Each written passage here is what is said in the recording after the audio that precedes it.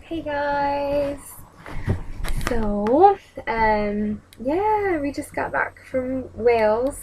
We were there for a week and it was absolutely incredible and very tiring at the same time, but just so good. So yeah, I'm gonna tell you guys a little bit about what happened. So our tour director, Helen, her father is a Methodist minister, and so the church has sent him to Wales to pastor a church there. So that's how kind of we had the connection. And so we got there on Friday, and yeah, by the time we got there, I think we just kind of, we went and got fish and chips and walked along the beach, which was really nice. And then Saturday we had to go kind of scout out and see all the churches that we were going to be worshiping at and dancing at on Sunday, because there was 4 different churches that we were going to be at. So we split up the group, and half of us went with Helen's dad, the other half went with Helen, and we went into a few different churches just to look at the space, kind of mark through some stuff, and just meet the people that were there and like the pastor and stuff. And so that was just really lovely. They're just so nice, and their accents are just priceless. So that was a lot of fun. And so Saturday was like a big just planning day, just getting things ready for the week. Sunday, my group, we went to one church in the morning, we just did one piece, and then we had like a action song to do with the people of the church to get them standing up and moving and stuff, so that was a lot of fun. And then we went straight from there to another church that has an afternoon service and performed there for them, and again did the same kind of action song thing. The other group was at another church doing the same thing, and we all got together for lunch and then went to our final church that we were going to be at for that Sunday, and they asked us to lead the whole service. So a few days prior we had sat down to plan, and it was Ascension Sunday, so yeah, so just focusing around that. So we had to, pick the hymns that were going to be sung and give them to the organ player, and we got to see some just beautiful organs, some that are just hundreds of years old that they've been able to preserve and keep and still work. So that was really cool. And then it was a very small church, because in this area of Wales that we were at, we went to 4 different churches, and I don't know if I saw anyone that was my age at the church. It's mainly just elderly people, and then they bring the grandkids kind of thing. So it's just really sad. Yeah, the service that we led in the evening, maybe 10 people there. So it's just beautiful churches, beautiful people, but just not a lot of people coming into it. It's just not a thing that you do in this area. So that was really interesting. But yeah, so we got to lead the service, and we had like a discussion time, and it was just, it went so smoothly, and like we each had our own jobs, basically, that we were doing, that we were in charge of, and then afterwards there were like these 3 little kids that were there. Their grandmother had brought them, and oh my goodness. So being American comes into handy. People just, especially kids, when you sound different, they're just like automatically attracted to you. So I was just playing with these kids that became like their jungle gym, basically. And then they were trying to guess how old I was, and they're like, are you 16? And I was like, no, go a little bit higher. And they're like, 17? Because that's just so old for a kid. So then they got to 22, and I was like, yep, I'm 22. And the little boy was like, no, you're 2. And I was like, no, I'm 22. And one of the little girls, she just goes, you're swearing at us. And I was like, I'm so sorry. I was like, I'm so sorry. I just didn't know what to do. I was like, I'm really sorry, that's not swearing where I come from. And one of the other girls leaned in, they're like, she's from a different country, that's not swearing where she comes from. And they were just like, they were so confused and baffled that that's not swearing like for us. I mean, maybe it is and I just don't know it, but just because like we count like this, whereas here they count like that. And there is history behind why like this is swearing or whatever. So they're like, so they were trying to like do it but hide it. They were like, so that's not swearing in your country? And I was like, no. I said, because we count, you know, differently on our fingers, so it's, you know, and I was like, in our country, it's swearing if you only put up your middle finger. And they were like, oh, like this, and they just start doing it. And the little boy was like right in my face, just waving his middle finger, and they were just like, ah. I was like, okay, let's not do that anymore. So it was just really funny, and it just made me crack up even more to think like, wow, we're so, like, just so stupid to think like putting up a certain finger represents such an awful thing, like so silly. But yeah, so that was interesting. Smooth move on my behalf. But so I had a lot of fun with those kids. And then what did we do? Monday and Tuesday we got to be a part of the Steg festival. Steg was the area of Wales that we were like right next to. We were going to be performing on an outdoor stage. You can see some pictures up on my Facebook, and in the middle of the marketplace. First time they're having dance at part of the festival. Usually it's just an indoor thing and they have a different exhibition every day for a whole month, which is really cool. And while we were there, one of the days, they had a World War I exhibition, because this area of Wales was very prominent during the war, had a very large hospital that played a big part in it, so that was really cool. So we got to walk around that. But anyways, we were scheduled to do 6 shows, 3 on Monday and 3 on Tuesday. And but they just didn't quite know how to, I guess, advertise for dancers for the show. And so we get there, and there's absolutely nobody walking around the marketplace or anything, because it's not your typical kind of festival, I guess. And we were just like, are we supposed to perform for no one? Like, we were really confused, but Helen was like, well, I guess just go ahead and get started, and maybe the music will like attract people and they'll come around. So we did. So we started doing a show and nobody was watching us. It felt so weird, but we were like, you know what, it's good practice. You know, at least we're dancing and we can still just worship God. We're outdoors and all that kind of stuff. So we just kept going, and actually, like, I don't know, so energized and like more in it, I guess, because people weren't watching, and we were just, it was almost more fun in a way. But sure enough, like, store owners, you know, just kind of walked to their doors to watch. People sitting in the cafes across the way started watching us, and then these 3 kids came, and they stood there and watched us for a little while, and then they went and got their food and came and just sat down on the stage and watched the whole show. And so I went out afterwards, talked to the kids, and the youngest one, her name is Emily. She was 6.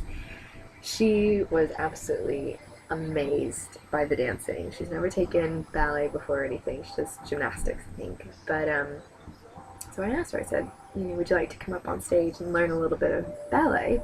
Her older sister didn't really want to, or her brother. So brought her up on stage, taught her first position, did her arms, and did a little leap and little jump, and she just loved it, and we had on music and everything for her. So then she thought that she was a part of our show. So at the end of every show, she started like sitting behind the stage on the bench with us, and she'd be like, okay, so how many more until I'm on the stage? And I'd be like, 3 more, just wait. And so at the end of every show, we had to put on the music, and Emily got to do her little ballet dance. And it was so cute, and she was just so in it, and like, she just could not take the smile off of her face all day. And her accent, okay, let's see if I can do this, she's like, me father is the butcher up the road, and I'm gonna see if he can come and watch me dance. And it was just so cute. But yeah, so her father was the butcher in the market area, so she was just hanging out there all day, and yeah, so she just danced with us all day. And then we have this song that two of the girls do a duet to, and the song is called "Oh Jesus," a really beautiful song. But that one, and then "Praise You in This Storm" by Casting Crowns, are probably the only two blatantly like Christian songs that we use in our show, that specifically talk about like God and Jesus and stuff. The rest of the pieces are either instrumental or they have lyrics but not necessarily talking about God, just has like a good message, or you can relate it in an abstract way. So when I had asked her what her favorite pieces were, she said two of them, and but then we're sitting there watching Oh Jesus, which wasn't one of the ones that she said was her favorite, but she enjoyed it. So we're sitting there, and this is probably about the third time we're doing this show, and I just leaned over to her and I said, "Emily, do you know who Jesus is?" And she was, "No." I said, "Okay, well, do you know who God is?" And she's like, "Oh, yeah, yeah." I said, "Well, do you go to church?" No. I was like, okay, so because the song is talking about Jesus, I start trying to explain to her who Jesus is. For the first time, I've never had to try to explain Jesus to a child who had never even heard of him before.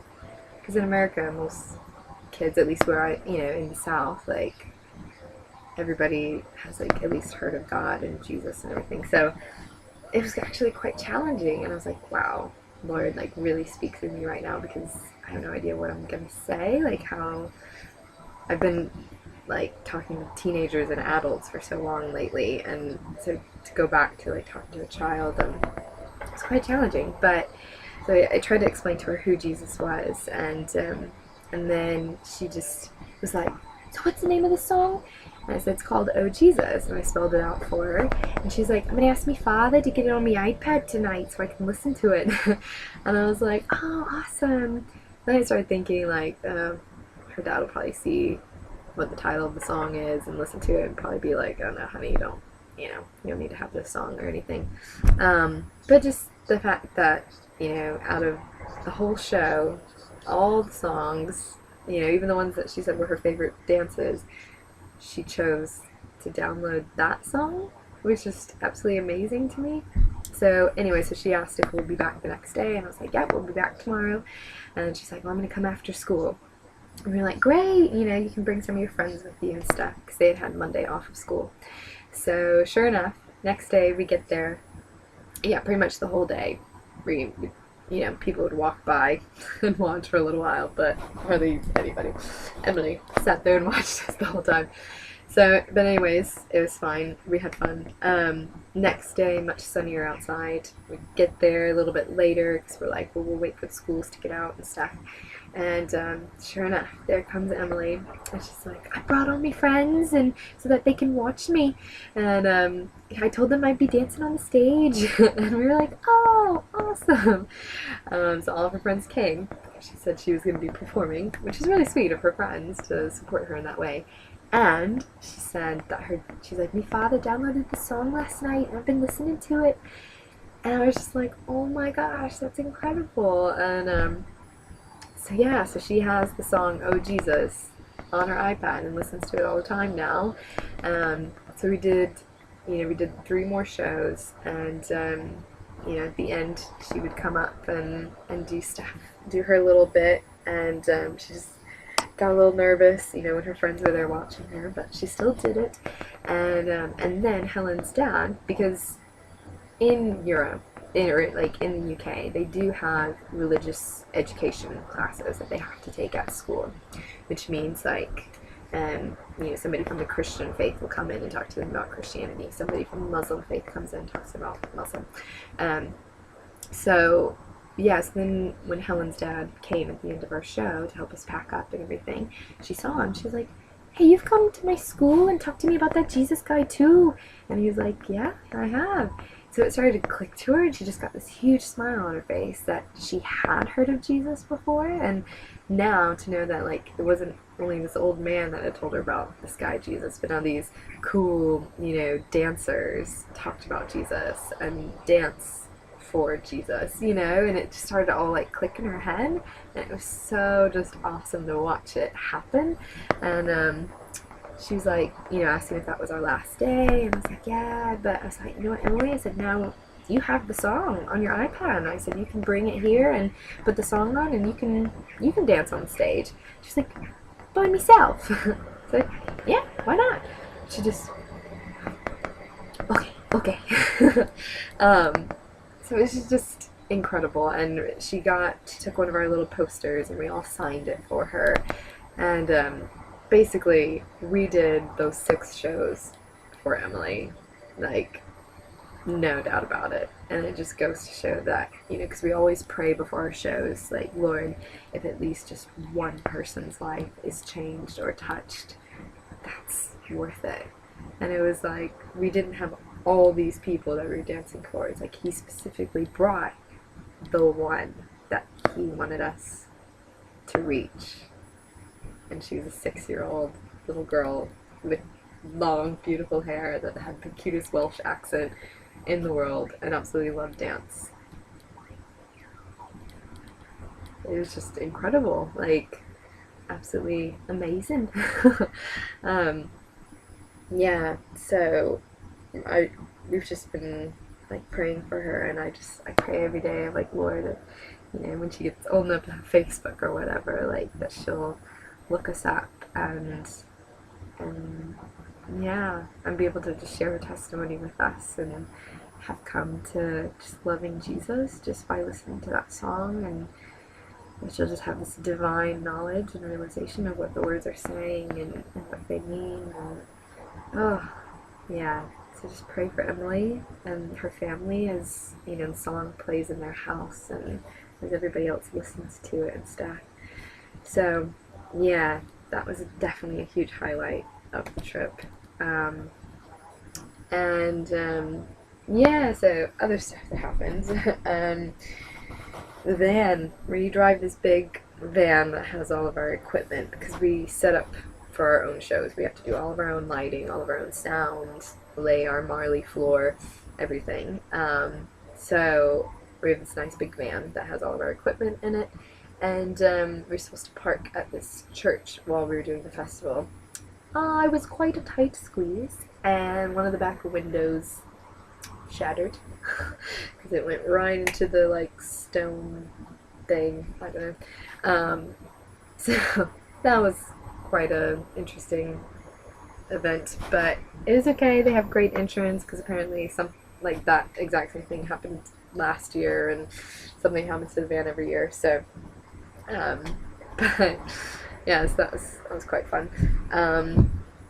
And then we found this playground that had like, it was like military, not necessarily military, but like if you look on Facebook again, pictures of the like rope wooden thing that you climb up and over, and like had this tree balance beam thing.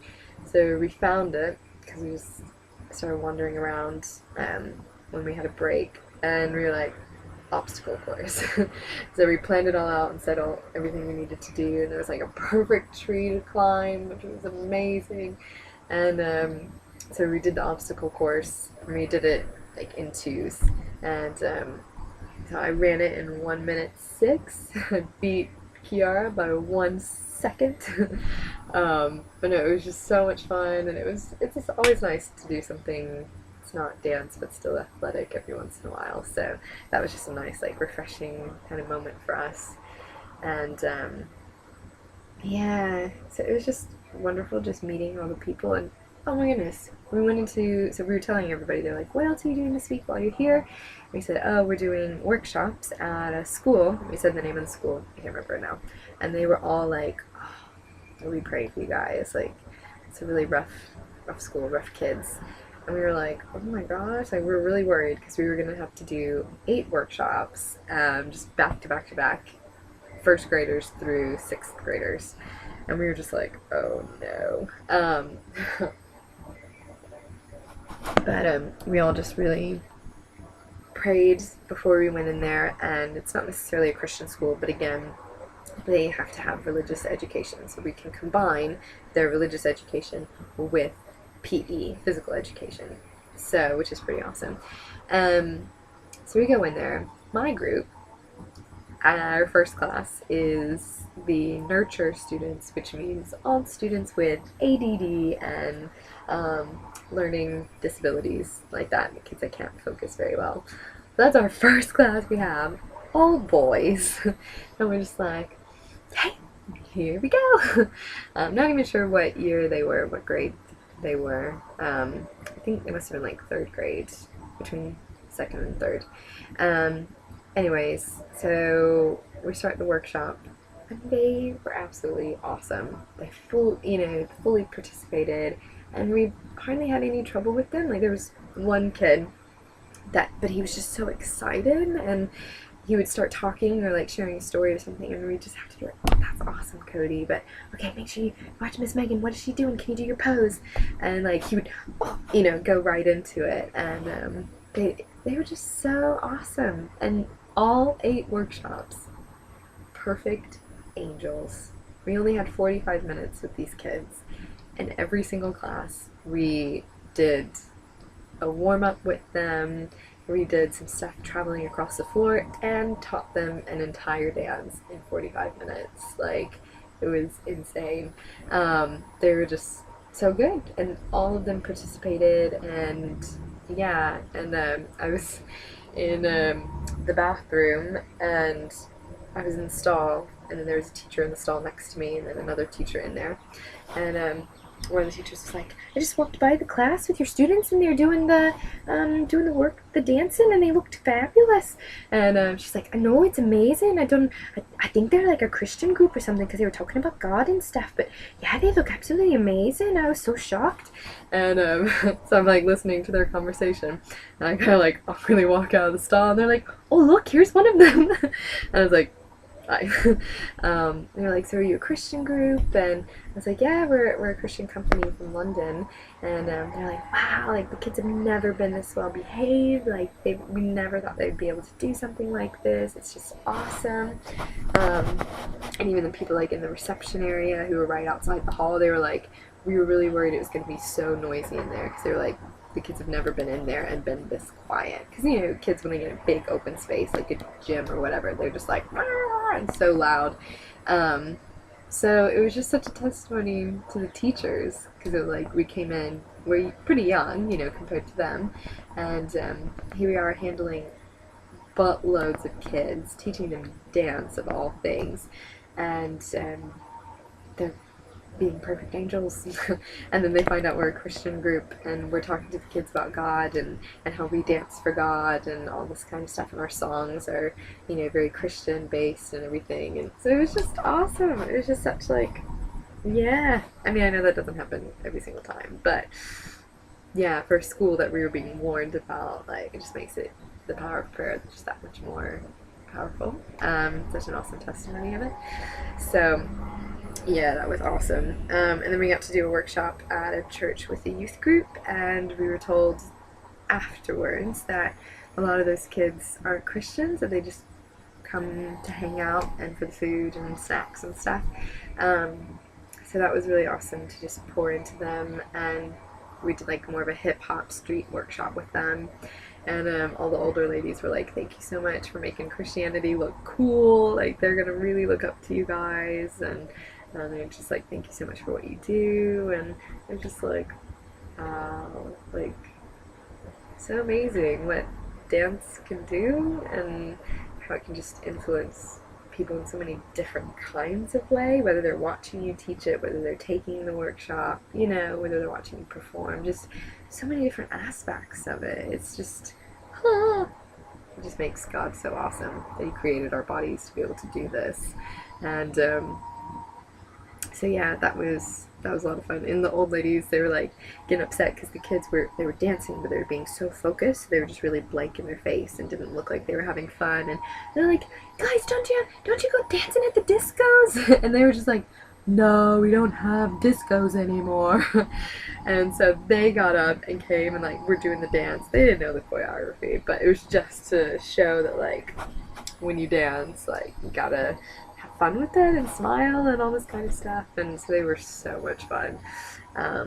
But yeah, so now we are home for just a few days and we are leaving on Friday for a place called Rochester, and basically from Friday until July 4th I get to spend maybe 2 nights back at home.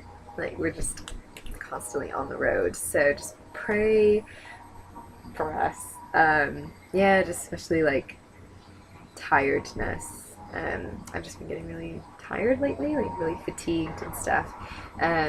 So yeah, just pray that we all just keep pushing and keep just seeing God doing amazing things through our like hard work and everything. So yeah, that was Wales. But yeah, and then the 24th day event, or not event, but 24th day camp, I don't know what you'd call it. But yeah, trying to raise to reach my goal of $3,000 by my birthday, which is the 24th of this month, so that I will have enough to pay off the rest of my rent for the rest of my time here. I have my ticket home July 21st, ladies and gentlemen.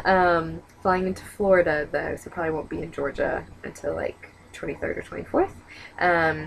And then, yeah, so I need to finish off my rent and then still have lots of travel expenses into London for rehearsals and whatnot.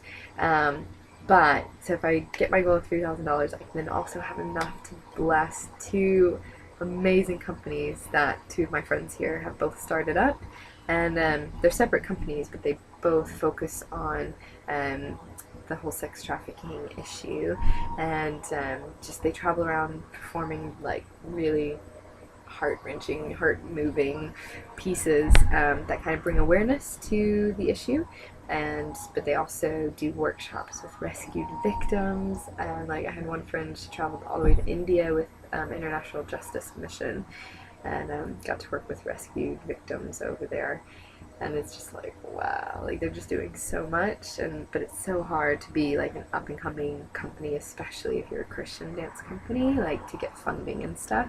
So I would just really love to bless them, and so yeah, for my birthday it would be just the greatest birthday gift ever if you could just donate some money towards that and help me try to reach my goal by the 24th.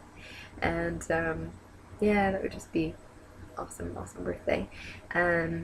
Oh, and I didn't get to go out and do the street ministry this past week because we were leaving for Wales, but my friends, you know, still go out every week, talk to the bouncers, and they're now talking to one of the girls, it's one of the strippers, and just ministering to them. And they went last week, and I think if you guys remember the big like buff bald bouncer that didn't really say anything but held Liz's hand and just like, you know, she said she'll never forget like how he held her hand and stuff when she prayed for him. Well, this past week, some of the guys went with the girls to talk to the bouncers, and my friend David he was asking, I can't remember what his name is, but I think Anthony or something, but he's asking them like, hey man, is there anything I can pray for you about this week? And the guy was just like, yeah, I'm just really unhappy lately, and I don't know why, but I'm just really unhappy. So he just totally opened up to David, and David was able to like pray with him, and it was just like so awesome. And the week prior, me and David were on like prayer duty, so we were like standing kind of across the way. We were at a different club, and so we're praying for the girls that are talking to the bouncers and stuff. And then this guy comes up to us, and he's in a suit and stuff, and he's like, hey, I see you guys been standing up here for quite a while, you want to go in? And we're just like, nah, we're good. And he's like, no, like, you know, about 10% of women actually like it. And I was like, sorry man, not me. And David was like, actually man, we're here to we're here with our church, we're here to just pray with people. And literally like 2 minutes prior, David had said a prayer. He's like, Lord, just make it easy to talk about you and just make the conversation just easy. And then this guy approaches us, and as soon as David said, we're here to pray with people, he was like, are you serious? And David was like, yeah. And he goes, I've got some questions about God. And we were just like, whoa, that was easy. And this guy his name is Liam, so keep him in your prayers. Just totally open up. He's a promoter for the strip club. And but he has like a wife and kids, and his wife is Catholic, and he's like, I've asked Jesus into my heart and done all that kind of stuff, but he's like, I've just been waiting for a sign for him, to show that he's real, and and I just haven't felt anything or anything like that. And we were just kind of like, well, maybe we're your sign.